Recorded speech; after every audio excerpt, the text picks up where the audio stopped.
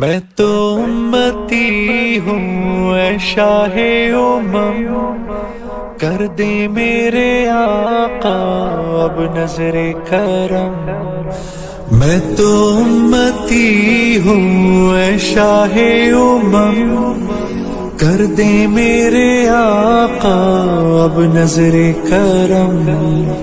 میں تو امتی ہوں اے شاہ امم، دانا للاسلام کر دے میرے والصلاة والسلام على سيدنا وحبيبنا وشفيعنا محمد سيد الانس والجان وعلى آله واصحابه الكرام الى يوم القيام. اما بعد فقد قال الله تبارك وتعالى في كتابه العظيم: لقد كان لكم في رسول الله اسوة حسنة. وقال الله تبارك وتعالى: إنك لعلى خلق عظيم. وقال الله تبارك وتعالى: لقد جاءكم رسول من أنفسكم عزيز عليه ما عنتم حريص عليكم بالمؤمنين رؤوف رحيم. وقال الله تبارك وتعالى: فبما رحمة من الله لنت لهم ولو كنت فظا غليظ القلب لانفضوا من حولك. صدق الله مولانا العظيم وصدق رسوله النبي الكريم ونحن على ذلك لمن الشاهدين والشاكرين والحمد لله رب العالمين. سلام على خير الأنام وسيدي حبيب إله العالمين محمد بشير نذير هاشمي مكرم عطوف رؤوف من يسمى بأحمد. فيا رب صل وسلم دائما أبدا على حبيبك خير الخلق كلهم. هو الحبيب الذي ترجى شفاعته لكل هول من الأهوال مقتحم، منزه عن شريك في محاسن وجوهر الحسن فيه غير منقسم. فيا رب صل وسلم دائما أبدا على حبيبك خير الخلق كلهم. اللہ کی بارگاہ میں ہدیہ شکر و سپاس پیش کرنے کے ساتھ اللہ کے نبی سید المرسلین امام المتقین خاتم النبیین رحمۃ للعالمین احمد مصطفیٰ محمد مجتبیٰ صلی اللہ علیہ وسلم کی بارگاہ اقدس میں درود و سلام کے بعد میں لازمی فرض سمجھتا ہوں اپنے ان بھائیوں کا شکریہ ادا کروں جنہوں نے اس شاندار پروگرام کے منعقد کرنے کی محنت کی، کوشش کی، اور اس کالج کے ذمہ داران جنہوں نے اس طرح کے پروگرام منعقد کرنے کی اجازت دی، ان کا بھی شکریہ۔ مجھ سے فرمایا گیا کہ سیرت طیبہ کے حوالے سے یہاں یہ پروگرام منعقد ہو رہا ہے، تو ظاہر ہے سیرت طیبہ کی مجلس میں شرکت کرنا، چاہے وہ گفتگو کرنے کے لیے ہو اور چاہے وہ گفتگو سننے کے لیے ہو، سعادت ہی سعادت ہے۔ وہ لمحے انتہائی قیمتی، وہ گھڑیاں انتہائی پاکیزہ، اور وہ ساعتیں یادگار ہیں جو ساعتیں گزر جائیں ذات رسالت کے تذکرے بیان کرنے میں یا ذات رسالت کا تذکرہ سننے میں۔ سیرت طیبہ کے کس پہلو پر گفتگو کی جائے، اگر مجمع علماء کا ہوتا ہے تو سیرت طیبہ کی گفتگو اسی انداز سے ہوتی ہے۔ اگر مجمع قانون بنانے والوں کا ہو، مثلاً کوئی پارلیمنٹ ہو، تو سیرت طیبہ کو گفتگو کی جائے گی کہ محمد الرسول اللہ قانون کیسے بناتے تھے تاکہ ان کے سامنے نمونہ آئے۔ اگر مجمع فلاسفروں کا ہو تو پھر سیرت طیبہ کی فلسفی اور اس کی گہرائیاں بیان کی جاتی ہیں، کیونکہ سننے والے اسی میں انداز کے ہوتے ہیں۔ اگر سننے والے عوام کا مجمع ہوتا ہے تو پھر سیرت طیبہ کے وہ پہلو بیان کیے جاتے ہیں جس کا تعلق براہ راست عوام سے ہو۔ اگر سننے والے غریبوں کے لائن کے لوگ ہوں تو سیرت طیبہ کے وہی پہلو سامنے لائے جاتے ہیں جسے غریب کو نمونہ مل جائے۔ اگر سننے والوں کا مجموعہ افسروں کا ہو تو اس وقت محمد رسول اللہ کی سیرت بحیثیت حکمران، بحیثیت افسر، بحیثیت سربراہ، بحیثیت رولر پیش کی جاتی ہے تاکہ ان کے سامنے وہی نمونہ آئے۔ گرچہ کہ جیسا مجمع ہوتا ہے سننے والوں کا اسی انداز سے سیرت بیان کی جاتی ہے۔ میرے سامنے اس وقت نوجوانوں کا مجمع ہے، اس میں وہ نوجوان جو عمر کے اعتبار سے ہمارے بھائیوں یا ہمارے بیٹوں کے تربیے ہیں، اور وہ نوجوان بچیاں ہیں جو عمر کے اعتبار سے یا تو ہماری بہنوں کے برابر ہیں یا ہماری بیٹیوں کے برابر ہیں۔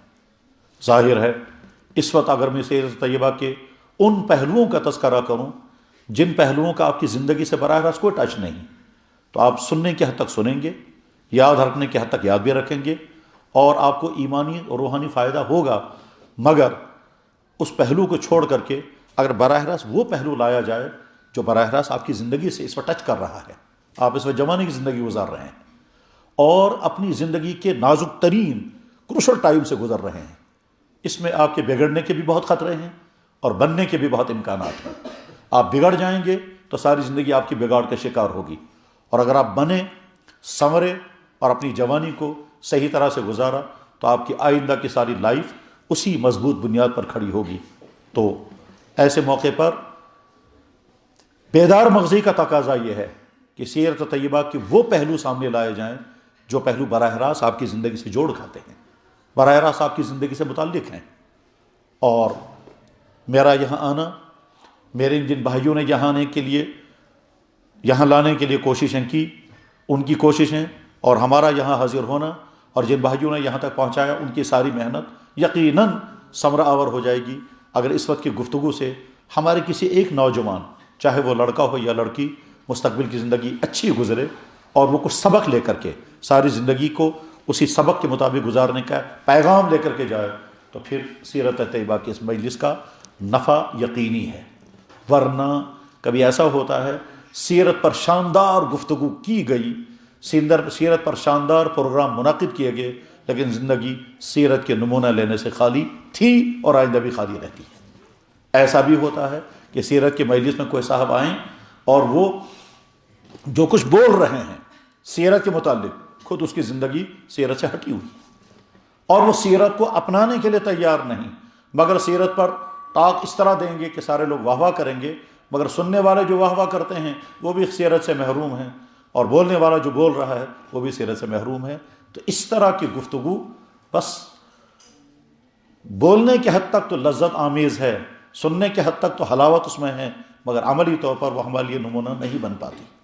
تو اس لیے بہت مناسب ہے کہ سیرت کا وہ پہلو سامنے لایا جائے جس میں محمد رسول اللہ کے وہ کمالات، وہ پہلو، وہ اپیل کرنے والے زاویے جن کا تعلق براہ راست نوجوان نسل ہے، وہی پہلو سامنے لائے جائیں، اس لیے کہ مخاطب نوجوان ہی ہیں۔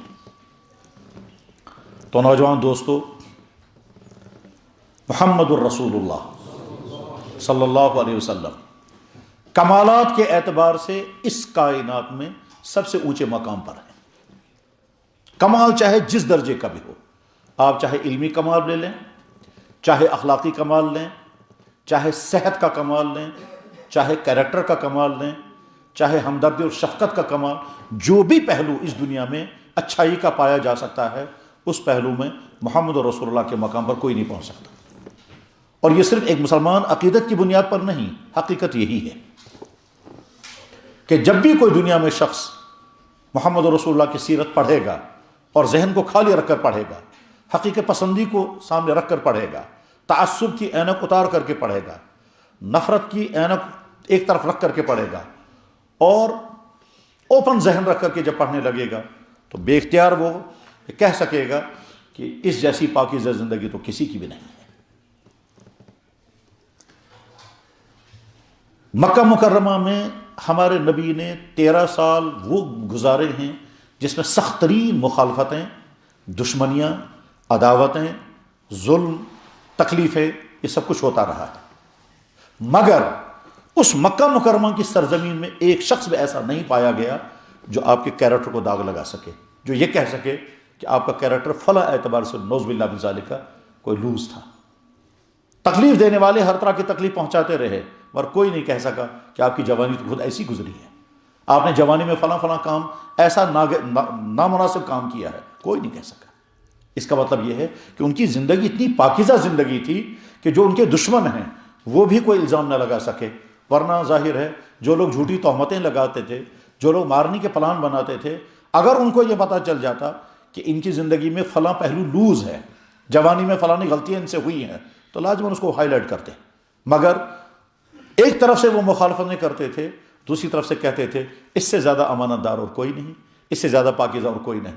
یہ تو حضور کی ایک کامیاب ترین شخصیت کی وہ علامت ہے جس کا اعتراف ان کی دشمنوں نے کیا۔ جب پہلی وحی نازل ہوئی ہے جناب رسول اکرم صلی اللہ علیہ وسلم پر، تو ظاہر ہے اس سے پہلے حضور پر کوئی حکم اللہ کی طرف سے نہیں آیا۔ اس وقت تک حضور اکرم صلی اللہ علیہ وسلم مکہ مکرمہ میں ایک عام انسان کی طرح سے زندگی گزار رہے تھے، اسی سوسائٹی کے فرد ہونے کی حیثیت سے۔ جب پہلی وحی نازل ہوئی ہے، جس کا تذکرہ حدیثوں میں بھی آتا ہے، سیرت کی کتابوں میں بھی آتا ہے، بلکہ بخاری شریف میں تو پہلے چیپٹر میں ہی وہ حدیث نقل کی گئی ہے کہ وحی جب آئی ہے تو کیا واقعہ ہوا تھا۔ جب یہ پہلی وحی نازل ہوئی ہے اور حضرت نبی علیہ الصلوۃ والسلام غار حرا سے نیچے اتر کر کے اپنے گھر پہنچے ہیں اور اپنی اہلیہ سے یہ کہا کہ مجھے لگتا ہے شاید میں زندہ نہیں رہ پاؤں گا کیونکہ میرے ساتھ جو یہ واقعہ ہوا ہے یہ کوئی غیر معمولی واقعہ ہے، تو اس وقت حضرت خدیجہ نے جواب میں جو جملے فرمائے تھے وہ دراصل آپ کی اس سیرت کا تعارف تھا جو سیرت اس وقت تک آپ گزار چکے تھے۔ اس وقت تک اللہ کے نبی کو کوئی حکم نہیں آیا تھا، مگر حضرت خدیجہ رضی اللہ عنہ جو جملے اس وقت بولے تھے وہ اصل آپ کی سیرت کیا تھی اس وقت تک۔ آپ نے فرمایا واللہ کلا واللہ لا یخزک اللہ ابدا، اللہ تعالیٰ آپ کو کبھی بھی اس طرح کی پریشانی کا شکار نہیں ہونے دے گا جس طرح سے آپ کو خطرہ لگ رہا ہے۔ آپ تو غریبوں کی ہمدردیاں کرنے والے ہیں، مہمانوں کی مہمان نوازیاں کرنے والے ہیں، رشتہ داروں کے ساتھ بہترین سلوک کرنے والے ہیں، فاقہ مست انسانوں کی ہمدردی کرنے والے ہیں، جس کو کوئی پوچھنے والا ہو اس کو آپ خبرداری کرتے ہیں، جو کسی مصیبت کا شکار ہو جائے اس کی مصیبت دور کرنے کے لیے آپ کمر بستہ ہو جاتے ہیں۔ یعنی انسانیت کے اعتبار سے محمد الرسول اللہ کا جو اس وقت تک کیریکٹر تھا وہ کیریکٹر ان کی بیوی کی زبان سے سامنے آ گیا۔ اس وقت انہوں نے یہ نہیں کہا آپ اللہ کی بہت بڑی عبادت گزار ہیں، آپ کے بہت عظیم معجزات ہیں، آپ اللہ کے بہت پیارے ہیں، آپ بہت زیادہ یعنی عبادات کا پہلو سامنے نہیں لایا، انہوں نے سامنے کیا لایا؟ آپ انسانیت نواز ہیں۔ کلا واللہ لا یخزی اللہ ابدا انک لتحمل الکل وتقری الضیف وتعین علی نوائب الحق۔ بخاری شریف میں 5 جملے نقل کیے امام بخاری رحمہ اللہ تعالیٰ نے، اس میں حضرت خدیجہ رضی اللہ تعالیٰ کے ذریعے سے محمد رسول اللہ کی شخصیت کا پورا تعارف آ گیا کہ آپ کی زندگی اس وقت تک کیسی گزرتی تھی۔ غرض محمد رسول اللہ صلی اللہ علیہ وسلم کی سیرت کا وہ پہلو جس کا تعلق آج کے ہم نوجوان نسل کے ساتھ ہے وہ یہاں سے سٹارٹ ہوتا ہے کہ آپ نے اپنی جوانی کا آغاز کیا اس حال میں کہ آپ کی نگرانی کرنے والا کوئی نہیں تھا۔ نگرانی کرنے والا والد ہوتا ہے، نگرانی کرنے والا بھائی بہن ہوتے ہیں، نگرانی کرنے والی سوسائٹی ہوتی ہے، لیکن اس وقت کی سوسائٹی گندی ترین سوسائٹی تھی، جس سوسائٹی میں ہر طرح کا جرم ہو رہا تھا۔ نگرانی آپ کے والدین کرتے مگر نہ آپ کے والد تھے نہ آپ کی والدہ تھی، نگرانی آپ کے بھائی بہن کرتے مگر آپ کا نہ کوئی بھائی تھا نہ کوئی بہن تھی۔ اس حالت میں آپ کی جوانی سٹارٹ ہو رہی ہے۔ اس جوانی کے بگڑنے کے امکانات کم ہوتے ہیں جس جوانی میں کوئی ڈیفیکٹ ہو، مگر جو جوانی بہت کامیاب جوان ہو اور ہر طرح سے مکمل جوان ہو اور صحت مند بھی ہو اور خوبصورت بھی ہو، اس کے بگڑنے کے امکانات زیادہ ہی ہوتے ہیں اگر نگرانی نہ ہو۔ محمد رسول اللہ اپنی جوانی کا آغاز اس طرح سے کیا جس میں بہت صحت مند، بہت مکمل، بہت زیادہ خوبصورت، نگرانی کرنے والا کوئی نہیں، حفاظت کرنے والا کوئی نہیں، ٹوکنے والا کوئی نہیں، اچھائی و برائی کو سمجھانے والا کوئی نہیں، سوسائٹی گندگیوں میں ڈوبی ہوئی ہے۔ اس جوانی میں محمد رسول اللہ کی اس ماحول کے اندر محمد رسول اللہ کی جوانی کا آغاز ہو رہا ہے۔ آج کے ہر نوجوان کے لیے محمد صلی اللہ علیہ وسلم کی زندگی نمونہ ہے۔ چنانچہ وہ زندگی جو آپ نے ٹین ایج سے شروع کی، وہ آپ نے اس حال میں شروع کی کہ آپ کے کھانے پینے کا کہیں کوئی انتظام نہیں تھا، آپ کے والدین نہیں ہیں، آپ کے بھائی بہن نہیں ہے، ایک رات ایک چچا کے گھر میں گزرتی ہے، دوسری رات کسی دوسرے چچا کے گھر میں گزرتی ہے، ایک رات خانہ کعبہ میں گزرتی ہے، دوسری رات کہیں اور گزرتی ہے، نہ آپ کے پاس کوئی سورس ہیں جس میں آپ آرام کے ساتھ اپنا وقت گزار سکیں، مگر اپنی جوانی کو انہوں نے کوئی داغ لگنے نہیں دیا تا اس وقت تک جب کہ آپ کی عمر 25 سال کی ہو گئی اور جس وقت آپ کا نکاح ہو رہا تھا۔ تو آج کے جوان کے لیے محمد رسول اللہ کی وہ زندگی جو 10 سال سے لے کر کے 25 سال کی عمر تک ہے، اور یہ بہت ہی کروشل زندگی کا ٹائم ہے، یہ ٹائم آج کے جوان کے لیے نمونہ ہے۔ خصوصاً آج کے اس جوان کو جس کو آج کے ماحول کے بگاڑ میں بہہ جانے کے بہت خطرے ہیں، کیا یہ حقیقت نہیں ہے کہ آج کے جوان کا پیچھا آج کے ماحول کا ڈرگز کر رہا ہے؟ کیا یہ حقیقت نہیں ہے کہ آج کے جوان کا پیچھا فضول خرچیاں کر رہی ہیں؟ کیا یہ حقیقت نہیں ہے کہ آج کے ماحول میں وہ سارے برے کام ہوتے ہیں جو برے کام پہلے برے سمجھے جاتے تھے، آج وہ اچھے سمجھے جاتے ہیں؟ اور اچھے سمجھ کر کے مجھے اتفاق سے جب یہاں آ رہا تھا تو بہت زمانے کے بعد علامہ اقبال کا ایک شعر یاد آیا۔ اقبال آپ جانتے ہیں یہ وہ شخص تھا کہ جو مشرق سے اٹھا اور مغرب کی تمام وادیوں سے گزر کر کے پھر پختہ مومن بنا تھا، اور اس قدر پختہ مومن تھا جس کے پختہ ایمان کا ہم اندازہ نہیں کر سکتے کس درجے کا پختہ ایمان اس شخص کا تھا۔ عملی طور پر ہو سکتا ہے کہیں کوئی کمزوری رہی ہو، لیکن فکری طور پر اس درجے پختہ ایمان والا اقبال ہے کہ اندازہ کرنا مشکل ہے۔ اور اس کی بہت ساری وجوہوں میں سے بڑی وجہ یہ ہے کہ ایک مرتبہ علامہ اقبال نے 1 کروڑ مرتبہ درود شریف پڑھا تھا۔ ہو سکتا ہے آپ کبھی آئندہ اس کو بولنا چاہیں تو آپ کو ریفرنس کی ضرورت پڑے گی۔ کتاب کا نام میں بتا کر کے رکھتا ہوں، کتاب کا نام ہے لبیک، لکھنے والے کا نام ہے ممتاز مفتی۔ وہ اصل میں تو ناول نگار تھے، انہوں نے حج کیا اور حج کے سفر کو انہوں نے لکھا لبیک کے نام سے، اس میں یہ لکھا ہوا ہے، اور بھی کئی مصنفین نے لکھا۔ تو علامہ اقبال کے بہت زمانے کے بعد مجھے ایک شعر یاد آیا اتفاق سے، اور فارسی میں انہوں نے شعر کہا تھا، پوری ایک ربائی ہے وہ، جس میں وہ یہ کہنا چاہتے ہیں کہ مسلمانوں تم لوگ یہ سمجھتے ہو کہ مغرب میں ترقی ہوئی، مگر یاد رکھو مغرب کی ترقی نہ ڈانس سے ہے، مغرب کی ترقی نہ فیشن سے ہے، مغرب کی ترقی نہ ننگا پن سے ہے، مغرب کی ترقی تو محنت سے ہے، علم سے ہے، سائنس سے ہے، قربانیوں سے ہے۔ اگر تمہیں لینا ہے وہاں سے تو یہ لے لو، قوت مغرب نہ از چنگ و رباب۔ وہاں کی ترقیاں جو ہے وہ ڈانسوں سے نہیں ہے، وہاں کی ترقیاں سائنسی محنتوں سے ہے۔ قوت مغرب نہ از چنگ و رباب نہ از دختران بے حجاب۔ وہاں کی لڑکیاں فیشنیبل ہوں یا ننگی ہو جائیں اس کی وجہ سے مغرب کی ترقی نہیں ہے، مغرب کی ترقی جو ہے وہ تو ان کی محنت سے ہے۔ تو آج کا جوان جس مشکل ترین ماحول میں ہے، اس مشکل ترین ماحول میں محمد رسول اللہ کی جوانی اس نوجوان کے لیے نمونہ ہے۔ آپ علیہ السلام نے جب جوانی گزاری اس میں آپ نے اپنی جوانی کو کوئی داغ نہیں لگنے دیا۔ تو آپ اس وقت جوانی گزار رہے ہیں، آپ بار بار اپنی اس جوانی کو چیک کر کے دیکھیں، آپ کی جوانی کو کوئی داغ تو نہیں لگ رہا ہے۔ بلکہ اگر کھل کر کے بات سننا چاہیں تو یوں کہیے کہ ہر نوجوان لڑکا ہو یا لڑکی اس کو اپنے سامنے وہ تمام بیماریاں نوٹ کر کے رکھنی چاہیے جو آج کی سوسائٹی میں کسی نوجوان لڑکے ہو لڑکی کو ہو سکتی ہے، اور ان تمام خرابیوں میں دیکھنا چاہیے میں کون سی خرابی دیکھنا ہوا ہوں تو بہت شکر، اور جس خرابی میں مبتلا ہو رہے ہیں یا ہونے والے ہیں یا کھینچے جا رہے ہیں یا پھنس چکے ہیں تو اپنی جوانی کو اس میں سے نکالنے کی کوشش کریں۔ آپ کی جوانی آپ کے ہاتھ میں امانت ہے، آپ کی جوانی آپ کے ہاتھ میں ایک ڈائمنڈ ہے، بہت معصوم جوانی اللہ نے آپ کو عطا کی ہے۔ یہ معصوم جوانی آپ کی غلط کیریکٹر کی وجہ سے تباہ ہو سکتی ہے۔ نوجوانی رحمت بھی ہے اور انسان اس کو بگاڑ کر کے زحمت بھی بنا سکتا ہے۔ جناب رسول اکرم صلی اللہ علیہ وسلم کبھی کبھی دعا کے ذریعے سے کوئی میسیج دیتے تھے، چنانچہ حضور اپنے لیے دعا کر رہے ہیں، یا اللہ میں گمراہ نہ ہو جاؤں۔ کیا اس بات کا امکان ہے کہ وہ گمراہ ہو سکتے تھے؟ آپ نے فرمایا یا اللہ میری آنکھ غلط نہ دیکھے۔ کیا اس بات کا امکان ہے کہ وہ محمد رسول اللہ کی آنکھ غلط دیکھ سکتی ہوگی؟ حضور نے فرمایا یا اللہ ایسا نہ ہو میں پھسل جاؤں۔ کیا محمد رسول اللہ کہیں پھسل سکتے تھے؟ یا اللہ ایسا نہ ہو کہ میں کسی پر ظلم کروں یا کسی کا مجھ پر ظلم آ جائے۔ یا اللہ ایسا نہ ہو میرے دل میں نفاق بھر جائے۔ یہ دعاؤں کے ذریعے سے آپ سمجھانا چاہتے ہیں یہ ساری خرابیاں ہیں جن خرابیوں سے بچنے کی تمہیں فکر کرنی ہوگی۔ اور ایک مرتبہ تو حضور نے دعا کرتے ہوئے کہا یا اللہ میں ایسی بیوی سے حفاظت چاہتا ہوں جو بیوی مجھے وقت سے پہلے بوڑھا کر دے۔ ظاہر ہے یہ تو شوہروں کا کیس ہے، آپ میں سے اکثر ابھی اس سٹیج پر پہنچے نہیں۔ آگے حضور نے فرمایا یا اللہ میں ایسی اولاد سے پناہ چاہتا ہوں جو اولاد میرے لیے مصیبت بن جائے۔ ظاہر ہے محمد رسول اللہ کی اولاد کون سی تھی جو مصیبت بن سکتی تھی؟ وہاں اگر بیٹی ہے تو فاطمہ، اور فاطمہ سے زیادہ پیاری بیٹی اس کائنات میں کس کے پاس کہاں تھی؟ اس سے پہلے جو بیٹیاں تھیں وہ تو دنیا سے رخصت ہو چکی تھی، اور ان سے پہلے جو بیٹے تھے وہ تو بچپن میں دنیا سے جا چکے تھے۔ اس کے باوجود اگر انہیں دعا کی ہے یا اصل میں میسیج دیا نئی نسل کو کہ تم اپنے کیریکٹر کو اتنا خراب مت کرنا کہ کل کو تمہارے والدین کہنے لگے، اس سے زیادہ بہتر یہ تھا کہ ہم بغیر اولاد کے ہوتے، مگر ایسی مصیبت والی اولاد ہمیں نہیں چاہیے تھی، ایسی مصیبت والی اولاد جو ہماری وبال بن گئی۔ چنانچہ یہ نوجوان لڑکا ہو یا لڑکی جب یہ بگڑ جاتا ہے، بگڑنے کے بعد پھر یہ اپنے لیے مصیبت بنتا ہے، یہ اپنے والدین کے لیے مصیبت بنتا ہے۔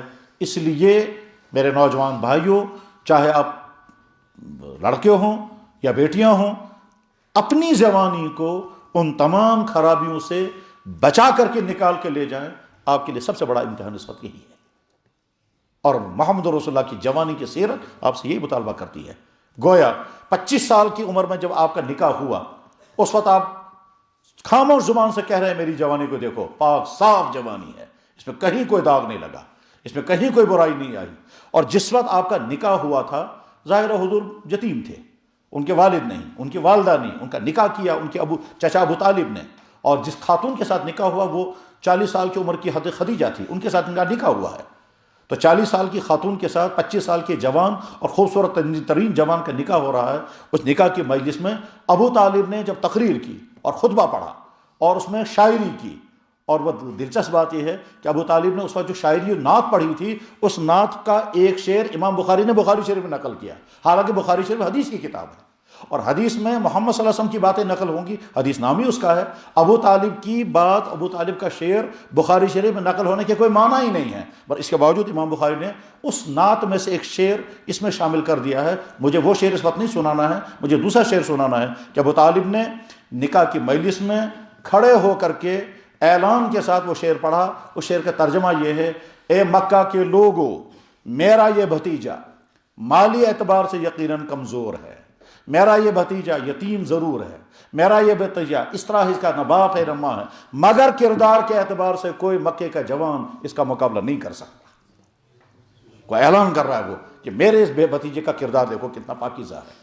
بس وہی کردار آج ہمارے نوجوان لڑکے کے لیے اور لڑکے کے لیے، جس وقت آپ کا نکاح ہونے والا ہوگا اس وقت آپ فخر کے ساتھ کہہ سکیں میری جوانی بالکل پاک صاف ہے۔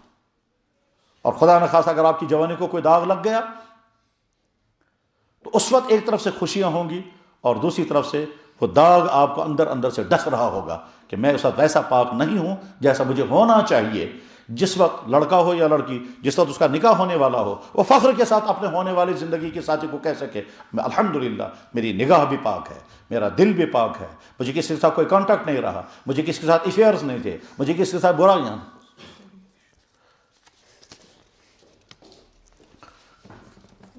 بھی۔ اپنی جوانی کو ایسی پاکیزہ جوانی بنا کر کے دکھائیں، اور یہی سیرت طیبہ کا آپ کے ساتھ پیغام۔ محمد رسول اللہ کو اپنی امت کے جوانوں کی خاص انداز سے فکر رہتی تھی، اس لیے حضور جوانی کی خوبیاں اور جوانی میں پیش آنے والے مشکل مراحل سمجھاتے رہتے تھے۔ مثلا حضور نے فرمایا لوگو اس وقت تمہارا کتنا برا حال ہوگا جب تمہارے نوجوان بگڑ جائیں گے، تمہارے نوجوان فاسق اور فاجر ہو جائیں گے۔ کیف بکم ایھا الناس اذا طغى نساؤکم وفسق فتیانکم، لوگو اس وقت تمہارا کتنا برا حال ہوگا جب تمہارے نوجوان بگڑ جائیں گے۔ نوجوانوں کے بگڑنے کے معنی کیا ہوتے ہیں؟ یہ آوارہ ہو جائیں، یہ فیشن کرنے لگے، یہ فضول خرچیاں کرنے لگے، یہ غلط تعلقات میں مبتلا ہو جائیں، یہ ڈرگس کا شکار ہو جائیں، یہ غیر اسلامی فکروں کو اپنانے لگے، ان کو وہ چیزیں اچھی لگنے لگیں جو اچھی نہیں لگنی چاہیے۔ اس کا مطلب بگڑ گئے۔ بگاڑ کبھی خیالات کے اعتبار سے آتا ہے اور کبھی کیریکٹر کے اعتبار سے آتا ہے۔ ایک انسان کیریکٹر کے اعتبار سے بہت اچھا ہے، بس سوچ اس کی صحیح نہیں ہے۔ مجھے ابھی کل ایک یہی کشمیر کے طالب علم نے فون کر کے کہا کہ میرا کوئی کزن دلی میں ہے اور وہ وہاں سے فون پر بتاتا ہے نہ خدا کوئی چیز ہے نہ محمد کوئی چیز ہے۔ ساتھ میں یہ لڑکا کہہ رہا تھا کہ لگا جی بہت اچھا لڑکا ہے، وہ بہت شریف ہے، بہت اخلاق والا ہے، بہت نرم مزاج ہے، مگر خیالات یہ آ گئے۔ تو گیا خیالات کبھی کبھی بگاڑ آتا ہے، اور کبھی خیالات تو ہیں ٹھیک کہ جب ہم اللہ کو بھی مانتے ہیں، اللہ کے نبی کو بھی مانتے ہیں، ان کو اپنا نبی مانتے ہیں، مگر اس کے باوجود عملی زندگی جو ہے وہ خرابیوں کا شکار ہے۔ تو میرے نوجوان بھائیوں، محمد الرسول اللہ کی جوانی کی زندگی آپ کے لیے وہ نمونہ ہے کہ ہر وقت اس نمونے کو سامنے رکھیں اور دیکھیں ہماری جوانی میں کوئی خرابی تو نہیں آ رہی ہے۔ آج کے اس سماج میں، آج کی سوسائٹی میں سب سے زیادہ مشکل ترین سوسائٹی ہوتی ہے سکولوں اور کالجوں کی۔ کیوں؟ اس لیے کہ یہاں نوجوان بھی، لڑکے بھی ہوتے ہیں، لڑکیاں بھی ہوتی ہیں، ڈرگس کو کنٹرول کرنے والا نہیں، برائیوں کو کوئی روکنے والا نہیں، بلکہ کوئی ٹوکنے والا بھی نہیں۔ جیسے محمد صلی اللہ علیہ وسلم نے اپنی جوانی گزاری اس حال میں، نہ ان کو کوئی روکنے والا ہے، نہ کوئی ٹوکنے والا ہے، نہ کوئی منع کرنے والا ہے، اور جدھر چاہیں اپنی جوانی لے جا سکتے تھے وہ، مگر انہیں اپنی جوانی کو داغ لگنے نہیں دیا۔ بس ٹھیک اسی طرح سے ہم میں سے ہر نوجوان یہ سمجھے اس وقت میری جوانی میرے ہاتھ میں امانت ہے، مجھے اس جوانی کو داغ لگنے نہیں دینا ہے۔ اور اگر آپ نے اپنی جوانی کو بچا لیا اور بچا کر کے کامیاب ہو گئے، چاہے لڑکا ہو چاہے لڑکی ہو، ان تمام خرابیوں سے جن خرابیوں میں آج کا نوجوان مبتلا ہو جاتا ہے، وہ نوجوان جس کا باپ مثلا آٹو چلانے والا ہے، وہ اپنے باپ سے مطالبہ کرتا ہے کہ مجھے 50,000 روپے کا موبائل چاہیے، وہ کیوں یہ نہیں سوچتا ہے کہ میرے باپ کی مالی حیثیت وہ نہیں ہے، مگر اس کو اپنی چاہت پوری کرنی ہے؟ وہ کیوں اپنے والد سے یہ کہتا ہے مجھے فلاں فیشن کے کپڑے لینے ہیں، میرے پاس جتنے کپڑے ہیں وہ آؤٹ آف فیشن ہو گیا، میں وہ نہیں لکھوں گا، مجھے وہی چاہیے؟ وہ کیوں نہیں یہ سوچتا ہے کہ مجھے اپنے والد سے وہ مطالبہ نہیں کرنا چاہیے کہ جو اس کی مالی پوزیشن سے زیادہ بھاری ہو؟ آپ اس وقت جوانی کی زندگی گزار رہے ہیں، اگر شرعی اور قانونی اعتبار سے آپ پوچھیں گے کہ صاحب ہمارے خرچے ہمارے والدین کی ذمہ ہیں، جواب آئے گا شرعاً بھی آپ کے خرچے آپ کے والدین کی ذمہ نہیں ہے، قانوناً بھی نہیں ہے۔ مثلا فرض کیجئے اگر کوئی باپ اپنی بیٹے یا اپنی بیٹی سے کہے گا بیٹا تم بالغ ہو چکے، تمہارا کوئی خرچہ میرے ذمہ نہیں ہے، زیادہ سے زیادہ میں تمہارے کھانے کا انتظام کر سکتا ہوں، تمہیں پڑھنا ہو مزدوری کرو اور پڑھو، تمہیں کوئی جاب کرنا ہو اور اس کے لیے ٹریننگ کرنی ہو مزدوری کرو گا، تو کوئی قانون اس کو مجبور نہیں کر سکتا کہ آپ کو کھلانا پڑے گا، اور شریعت بھی نہیں۔ اس کے باوجود اگر آپ کے والدین اپنی گاڑی کمائیاں آپ پر خرچ کر رہے ہیں، آپ ان کا احسان کیوں نہیں مانیں گے؟ آپ یہ کیوں کہیں گے کہ نہیں صاحب اگر ہمارے والدین ہم پر اپنی جوانی خرچ کر رہے ہیں یا ہم پر کوئی احسان نہیں ہے، یہ تو انہوں نے اپنی ڈیوٹی پوری کی؟ نہیں، ہم میں سے ہر نوجوان لڑکا ہو یا لڑکی وہ یہ سمجھے کہ ہمارے والدین ایک ایک پیسہ اگر ہم پر خرچ کر رہے ہیں یا ان کا ہم پر احسان ہے، اور ہم اس کو فضول خرچوں میں نہیں اڑائیں گے۔ بس ٹھیک اسی طرح سے آپ کے پاس اس وقت جو وقت ہے انتہائی قیمتی وقت ہے، جوانی کی زندگی، صلاحیتیں ابھر رہی ہیں، آپ کی دماغی صلاحیتیں بھی اس وقت پروان چڑھ رہی ہیں، آپ کی جسمانی صلاحیتیں بھی اس وقت پروان چڑھ رہی ہیں۔ یہ صلاحیتیں بگاڑ کا شکار ہو سکتی ہیں، آپ رات بھر نیٹ میں رہ سکتے ہیں، آپ رات بھر چیٹنگ کر سکتے ہیں، آپ غلط میسیجوں میں ہیں، آپ ویڈیو گیموں میں مبتلا رہیں گے، نہ جانے کن کن خرافات میں آپ کی راتیں گزر سکتی ہیں، فائدہ آپ کا کچھ بھی نہیں ہوگا۔ عقل مند جوان وہ ہے جو اپنی جوانی کے ایک ایک منٹ کا فائدہ اٹھائے، نہ کہ اپنی جوانی کے قیمتی لمحے کو برباد کرے۔ آپ کی راتیں برائیوں میں گزر جائیں گی، وہ راتیں آپ کو کچھ نہیں دیں گی۔ قرآن کریم میں اللہ تعالیٰ شان و بیان کرتے ہیں، دو جگہ پر یہ مضمون ہے، جب آدمی کا ایمان کمزور ہوتا ہے تو بے فائدہ کاموں میں مزہ آنے لگتا ہے۔ مثلا کسی ملک میں میچ ہو رہا ہے، آپ رات بھر وہ میچ دیکھتے رہے، صبح کو اگر آپ ٹھنڈے دل سے اپنے آپ سے پوچھیں تمہیں ملا کیا اس میچ سے؟ جیتنے والوں کو بھی پیسہ ملا ہوگا، ہارنے والوں کو بھی پیسہ ملا ہوگا، اور تم رات بھر خامخواہ اپنی نیند بھی برباد کر دی، اپنا وقت بھی ضائع کر دیا۔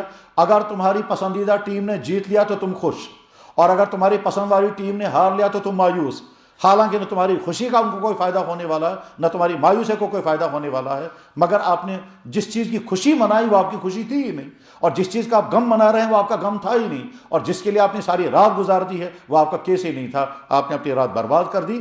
مگر ذہن میں کیا آتا ہے؟ بڑا مزہ آیا، بس کچھ مت پوچھے رات ہماری کیسی گزری، جب سنجیدگی کے ساتھ دیکھیں تو کچھ بھی نہیں گزرا۔ تو اپنے وقت کا فائدہ اٹھائیں، اتنا قیمتی وقت زندگی میں اور آگے ملنے والا نہیں ہے۔ آپ اس وقت جو بننا چاہیں سو بن سکتے ہیں، آگے تو جب کندھوں میں ذمہ داریاں آئیں گی، جب آپ کی شادیاں ہوں گی، اس وقت نئی زندگی سٹارٹ ہوگی، اس وقت آپ کے کندھوں میں طرح طرح کی وہ ذمہ داریاں ہوں گی۔ اس وقت انسان سوچتا ہے کاش وہ جوانی کے فراغت کے دن مجھے ملتے، اس وقت میں بہت کچھ سیکھ سکتا تھا۔ تو اپنے وقت کو برباد مت کریں۔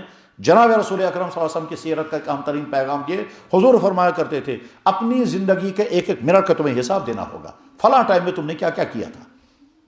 سچ پوچھیں ہمارا اسلام جو ہے ایک طرف سے یہ کہتا ہے کہ اپنی صحت بنانے کے لیے اگر آپ کھیلیں گے اس کی اجازت ہے، مگر کہ ایسے کھیل میں آپ بیٹھے رہیں گے جس کھیل کا فائدہ آپ کی جوانی کو کچھ بھی نہیں اور آپ کے دماغ کو کچھ بھی نہیں ہے، وہ کھیل اسلامی اصولوں کے مطابق جائز نہیں ہے۔ مثلا فرض کیجئے آپ رات بھر موبائل پر ویڈیو گیم کھیلتے رہے، سوال یہ ہے اس پوری رات آپ نے اس موبائل گیم کے کھیلنے سے فائدہ کیا اٹھایا؟ کیا آپ کے ذہن کو کوئی فائدہ ہوا یا آپ کے جسم کو کوئی فائدہ ہوا؟ جواب ہے کچھ بھی نہیں۔ تو گویا یہ ساری رات آپ نے برباد کر دی۔